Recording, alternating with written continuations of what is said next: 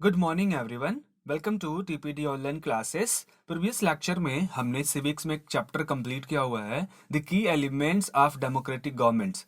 उस चैप्टर को कंप्लीट करने के बाद हमने आपसे बोला था कि आप इस चैप्टर के नोट्स अच्छे तरीके से प्रिपेयर कर लेंगे और एक्सरसाइज के क्वेश्चन जितने भी दिए गए हैं खुद से आंसर लिखने का ट्राई करेंगे। अगर किसी क्वेश्चन में आपको डाउट रहता है किसी टॉपिक में तो आप बेझिझक होके आप हमसे पूछ सकते हैं व्हाट्सएप ग्रुप में या जहाँ पे वीडियोस पोस्ट होती हैं उसके जस्ट नीचे। लेकिन अपने आंसर्स असाइनमेंट सबमिट करने से पहले आप इस बात का ध्यान रखेंगे कि टाइम का। जब आपकी लेक्चर जा रही होगी, क्लासेस आपकी जब जा रही हैं, लेट से 11 o'clock आपकी क्लासेस गई तो 12 o'clock के बीच में ही आपको वीडियोस लेक्चर देखना है और उसी टाइम ड्यूरेशन के बीच में आपको असाइनमेंट्स कंप्लीट भी करनी है। उसके बाद अगर आप लेट करेंगे तो शायद वो आपके असाइनमेंट नहीं चेक हो पाएंगे। तब जो है आपको व्हाट्सएप ग्रुप में क्वेश्चन हमसे पूछना पड़ेगा। सो इस वीडियो लेक्चर में हम लोग क्या पढ़ने वाले हैं, अगेन एक नया चैप्टर स्टार्ट करेंगे आज, पंचायती राज। क्या स्टार्ट करने जा रहे हैं? न्यू चैप्टर स्टार्ट करेंगे, पंचायती राज। पंचायती राज का क्या मतलब होता है, पहले ये मीनिंग समझ लीजिए। पंचायती राज, पंचायती का मतलब होता है पंचों का राज। Panch means 5 peoples, group of 5 peoples. होता क्या था कि जब हमारे कंट्री में बहुत सारे विलेजेस होते थे पहले के टाइम में, गांव भी होते थे, शहर भी होते थे। तो होता क्या था कि उस टाइम में ना तो कोई राजा थे ना महाराजा थे, बहुत आज से 3-4 हजार साल पहले की बात है। तो गांव में जब कभी भी डिस्प्यूट हो जाता था ना, तो लोगों को क्या चाहिए होता था? जस्टिस। तो वो जस्टिस दिलाने के लिए कहाँ जाते थे? ऐसे लोगों के पास जाते थे जिनके पास में जस्टिस दिलाने का तजुर्बा हो, एक्सपीरियंस हो, या फिर ऐसे लोगों के पास जाते थे जो गांव में सबसे ज्यादा एजड थे, बुद्धिजीवी लोग। सबसे ज्यादा कौन थे? एजेड लोग, मींस गांव में जो सबसे ज्यादा उम्र दराज लोग होते थे उनके पास में जाते थे। तो वो लोग क्या करते थे, बैठ के, जैसे एक बरगद का पेड़ हुआ करता था, फिल्मों में आपने देखा होगा, बरगद के पेड़ के नीचे बैठ करके दो चार बूढ़े लोग बैठते थे, गांव वाले लोग बैठते थे दोनों साइड के, जिनके बीच में लड़ाई हुई होती है, और वो जो है डिसीजन सुनाते हैं। उनके डिसीजन को सभी लोगों को मानना होता है। तो वो जो लोग बैठ के डिसीजन सुनाते हैं ना, उन्हें बोलते थे हम लोग उस टाइम में पंच। क्या बोलते थे? पंच बोलते थे। तो उस टाइम में चूंकि गांवों की पॉपुलेशन बहुत कम होती थी और हर गांव में ये देखा जाता था कि पंच जो है सेम क्राइम के लिए, सेम एक्टिविटी के लिए अलग अलग डिसीजंस लेते थे, अलग अलग डिसीजंस लेते थे। फिर बाद में ये देखा गया कि जब डायनेस्टियां लगी बनने, हिस्ट्री में हमने पढ़ा, फॉर एग्जाम्पल चोला डायनेस्टी के बारे में हमने पढ़ा, मॉडर्न डायनेस्टी के बारे में आप क्लास 6 में ही पढ़ेंगे हिस्ट्री में। तो मॉडर्न डायनेस्टी में भी क्या था कि उस टाइम में जो रूलर एडमिनिस्ट्रेशन था ना, उसमें हमको ये देखने को मिलता है कि गांव के लेवल पे किसी भी मामले को सुलझाने के लिए पंचों का ही सहारा लिया जाता था। जो गांव में बुद्धिजीवी लोग हैं उनके पास गए, उनसे बोले कि ये प्रॉब्लम है, सोल्यूशन बताइए। तो वो कोई भी डिसीजन देते थे तो गांव में जो दोनों साइड होते थे, जिनके बीच में लड़ाई होती थी, दोनों साइड को मानना होता था। बट हुआ क्या कि एंशियंट टाइम से ये जो प्रथा चली आ रही थी, चली आ रही थी, चली आ रही थी, जैसे जैसे पॉपुलेशन लगी बढ़ने, जब पॉपुलेशन बढ़ेगी तो आपको लगता है कि आपकी कोई बात मानेगा? गवर्नमेंट की बात तो कोई मानता नहीं है, गवर्नमेंट को ही लगते हैं क्रिटिसाइज करने के लिए। तो दिक्कत ये देखने को मिली कि गांव में अगर पंचों के द्वारा जो डिसीजंस दिए जाते थे ना, लोग उसे मानते ही नहीं थे, लोग उसे मानते ही नहीं थे। उसके बाद में पुलिस का रूल आ गया ब्रिटिशर्स के टाइम में। तो पुलिस आ गई, यानी अगर दो लोगों के बीच में लड़ाई हो रही है तो पंचों से ना मिल करके आप कहाँ जाइए? आप जाइए पुलिस स्टेशन में एफआईआर कराने। अब उस मामले की सुनवाई कौन करेंगे? पुलिस करेंगे। फिर कोर्ट्स आ गए, ये तरह तरह की चीजें आ गई। लेकिन जो ये गांव में चल रहा था ना, गांव में जो सारी चीजें चल रही थी, गांधी जी जो थे, जब हमारे वहां ब्रिटिशर्स के खिलाफ लड़ाई लड़ी जा रही थी तो गांधी जी इस बात को हमेशा कहते थे कि गांव के मामले ना गांव में ही सुनवाई उसकी हो जानी चाहिए। गांव के मामले गांव में ही सुनवाई अगर अच्छे से हो जाए तो लोग खुशहाल रहेंगे। गांव में अगर ग्रोथ होगा, डेवलपमेंट होगा, हारमोनी रहेगी, पीस रहेगी, तो पूरे दुनिया में, पूरे ऑल ओवर इंडिया में भी पीस एंड हारमोनी बनी रहेगी। तो गांधी जी ने कॉन्सेप्ट दिया किसका? पंचायती राज का। यानी जो एडमिनिस्ट्रेशन, जो जस्टिस सिस्टम हम कहां से लागू करने की कोशिश कर रहे हैं? अप अप से, अपर लेवल से लागू करने की कोशिश कर रहे हैं। Upper level means central level से, अपर लेवल मीन्स आप स्टेट लेवल से लागू करने की कोशिश कर रहे हैं। इनका ये कहना था कि नहीं, हमें ना बॉटम अप अप्रोच स्टार्ट करना चाहिए। बॉटम अप का मतलब कि अगर गांव का डिस्प्यूट है गांव में सुलझ जाए, ब्लॉक लेवल का डिस्प्यूट है तो ब्लॉक में हो जाए, स्टेट लेवल पे है तो स्टेट में, सेंट्रल लेवल पे तो सेंट्रल लेवल पे जाए, लेकिन स्टार्ट कहाँ से करें? नीचे से। और गांधी जी ये चाहते थे कि जो पंचों का राज चलता था ना, फिर से पंचों के जो डिसीजंस हैं उनको ढेर सारी क्या मिले, लोग उनकी बातों को माने, उस पर अमल करें, और फिर से पंचायतों का ये जो राज है फिर से स्टार्ट हो। तो इसीलिए एक नया कॉन्सेप्ट आ गया, क्या? पंचायती राज। तो इसमें क्या बताया गया आपको कि पंचायती राज जो है बहुत एंशियंट टाइम से, पुराने समय से इंडिया में देखने को मिलता है, और ये एक लोकल एडमिनिस्ट्रेशन का पार्ट है। लोकल एडमिनिस्ट्रेशन मीन्स जब गांव के लेवल पे, शहर के लेवल पे, लोकल के लेवल पे हम एडमिनिस्ट्रेशन यानी प्रशासन करते हैं, रूल रेगुलेशंस बनाना और उन रूल रेगुलेशंस को लागू कराना क्या कहलाता है? एडमिनिस्ट्रेशन। मीन्स एडमिनिस्ट्रेशन का rule regulations banana, making the rule regulation and implementing it, और उसी रूल रेगुलेशंस को लागू करवाना लोकल लेवल पे ही क्या कहलाता है? Local administration.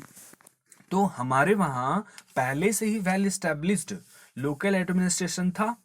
लोकल एडमिनिस्ट्रेशन तो पहले से था ऑल ओवर इंडिया में। तो हमने क्या किया कि जब हम आजाद हो गए, हम क्या हो गए? आजाद हो गए।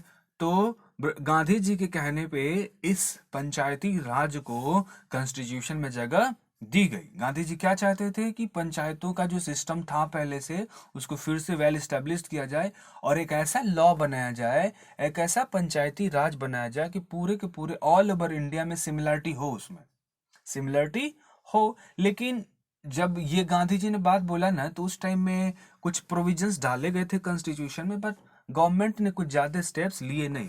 बाद में चल के जब 1992 के समथिंग में एक गवर्नमेंट आई, जब बनी थी, सेंट्रल गवर्नमेंट बनी थी, तो उस टाइम उन्होंने कहा कि ठीक है, हम गांधी जी ने बात जो कहा था पंचायती राज हम इंडिया में लेके आएंगे, उसको हम क्या करेंगे? कॉन्स्टिट्यूशनल स्टेटस दे देंगे। तब जाके 1992 में पंचायतों को कॉन्स्टिट्यूशन में सच में एक पार्ट में डाला गया, पार्ट नंबर 9A और पार्ट नंबर 9B में, उस टाइम में डाला गया 1992 में। था पहले से ही कॉन्स्टिट्यूशन में कि हमें पंचायतों का निर्माण करना है, बट स्टेट की किसी भी गवर्नमेंट ने, किसी भी स्टेट ने अपने आप पंचायतों को स्टार्ट नहीं किया था। लेकिन जब वही बात कॉन्स्टिट्यूशन में अमेंडमेंट करके लिख दी गई कि नहीं, अभी पंचायतों का एस्टेब्लिशमेंट करना बहुत जरूरी है, तब जाकर के गवर्नमेंट मजबूर हो गई। और हर स्टेट में अभी आप जाके देखेंगे, यूपी घूम लें, बिहार घूम लें, गुजरात, छत्तीसगढ़, हर जगह कहीं ना कहीं आपको पंचायत या पंचायती राज देखने को मिल जाएगा। उसके पहले तक यानी 1992 से पहले तक सारे स्टेट्स में पंचायतों का कॉन्स्टिट्यूशनल स्टेटस नहीं था। इसकी वजह से क्या होता था कि रेगुलर इलेक्शंस नहीं होते थे, पंचायतों के लिए रेगुलर इलेक्शंस नहीं होते थे, और पंचायतों के द्वारा जो डिसीजंस दिए जाते थे ना, लोग मानते ही नहीं थे। कहते थे हम आपकी बात क्यों माने, हम अपना मामला पुलिस के पास लेके जाएंगे, हम कोर्ट में लेके जाएंगे, आपका बात क्यों माने। ये सारी प्रॉब्लम्स देखने को मिली थी। ठीक, लेकिन ये पंचायती राज इंडिया में मिलता कितने लेवल का है?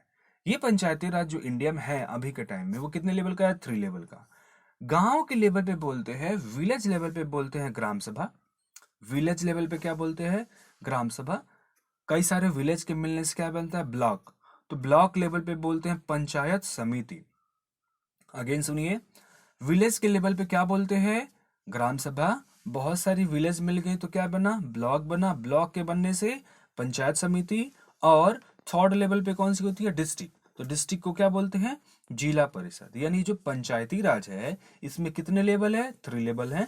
फर्स्ट लेवल को बोलते हैं ग्राम सभा, सेकंड को बोलते हैं पंचायत समिति, एंड थर्ड को क्या बोलते हैं? जिला परिषद। अभी ग्राम सभा क्या है? तो ग्राम सभा is a general body consisting of all village voters residing in a village. तो ग्राम सभा किसे बोलते हैं? ग्राम सभा ऐसे लोगों के ग्रुप को बोलते हैं, सारे गांव में रहने वाले लोगों की बात नहीं हो रही है। ग्राम सभा ऐसे लोगों के ग्रुप को बोलते हैं जो एलिजिबल वोटर्स हैं, यानी ऐसे लोग जिनकी एज 18 प्लस है, 18 या 18 प्लस है, ऐसे सारे लोगों को काउंट कर लीजिए। तो जो ग्रुप बनेगा ना, वैसे लोगों को क्या बोलते हैं?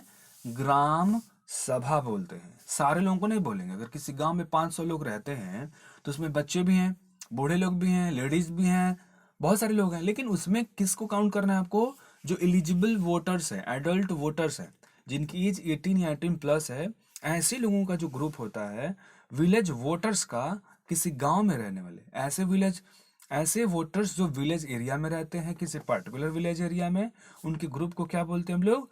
ग्राम सभा बोलते हैं। क्या बोलते हैं? ग्राम सभा। Very good.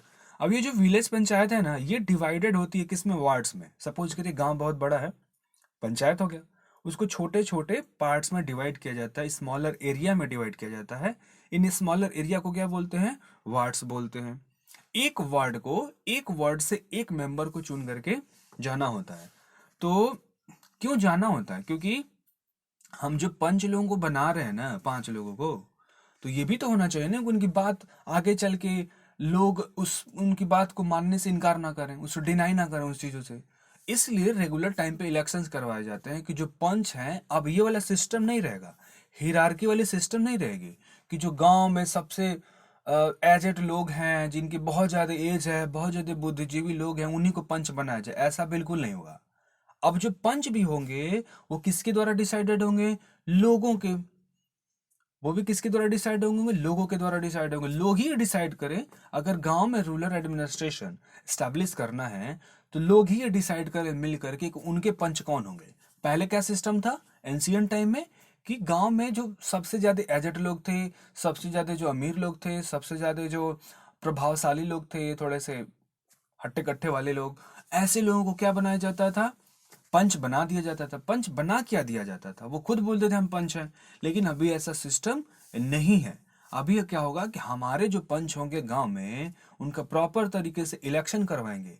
और इलेक्शन करवाने के भी तरीके हैं। कैसे तरीके हैं? क्या करेंगे कि गांव को सबसे पहले विलेज पंचायत डिक्लेयर किया। विलेज पंचायत को छोटे छोटे एरिया में बांट दिया, जिसे क्या बोल दिया? वार्ड्स बोल दिया। और डिसाइड कर दिया कि ईच वार्ड से एक ही मेंबर को रिप्रेजेंट करना है। एक वार्ड से कितने लोग चुन के जाएंगे? एक मेंबर रिप्रेजेंट होकर के जाएंगे, जिन्हें क्या बोलेंगे? Ward member. यानी चुनाव तो ढेर सारे लोग लड़ेंगे गांव में, बट जो जीतेंगे उन्हें क्या बोलेंगे? वार्ड मेंबर बोलेंगे। वो हमारे क्या हैं? उस एरिया के रिप्रेजेंटेटिव हैं। Second point, all the members of the gram sabha also elect a sarpanch who is the panchayat president. इसको क्या बोलते हैं? ग्राम प्रधान। जितने भी ग्राम सभा में मेंबर होते हैं, एडल्ट वोटर्स, वो क्या करते हैं? अपने सरपंच का इलेक्शन करते हैं, ग्राम प्रधान का भी इलेक्शन करते हैं। ठीक। द वार्ड मेंबर और the panch and the sarpanch forms the gram panchayat. The gram panchayat is elected for the 5 years। अब एक वार्ड मेंबर, एक कौन हो गए? एक हो गए पंच महोदय। पंच हो गए और उनके साथ में अलग अलग वार्ड से जितने लोग जीत करके आए हैं, तो सारे के सारे वार्ड मेंबर्स, सारे के सारे वार्ड मेंबर्स क्या कहलाते हैं? पंच कहलाते हैं। और जो उनका हेड होता है उसे क्या बोलते हैं? सरपंच या ग्राम प्रधान। इनको ग्रुप को, यानी सरपंच और उनके साथ में जो पंच चुन करके आए, इनके ग्रुप को क्या बोलते हैं? ग्राम पंचायत बोलते हैं। क्या बोलते हैं? ग्राम पंचायत। और ग्राम पंचायत में ग्राम प्रधान यानी सरपंच और उनके जो पंच होते हैं यानी वार्ड मेंबर्स, इनका इलेक्शन कितने टाइम के लिए होता है? 5 years के लिए होता है। कितने लेवल तक का? कितने ईयर्स के लिए? 5 years तक के लिए होता है। आई बात समझ में? अभी के लिए इतना ही रखते हैं। आप क्या करेंगे? प्रॉपर तरीके से अच्छे से बिल्कुल नोट्स बनाइए और टॉपिक्स का रिवीजन करिए। Thank you.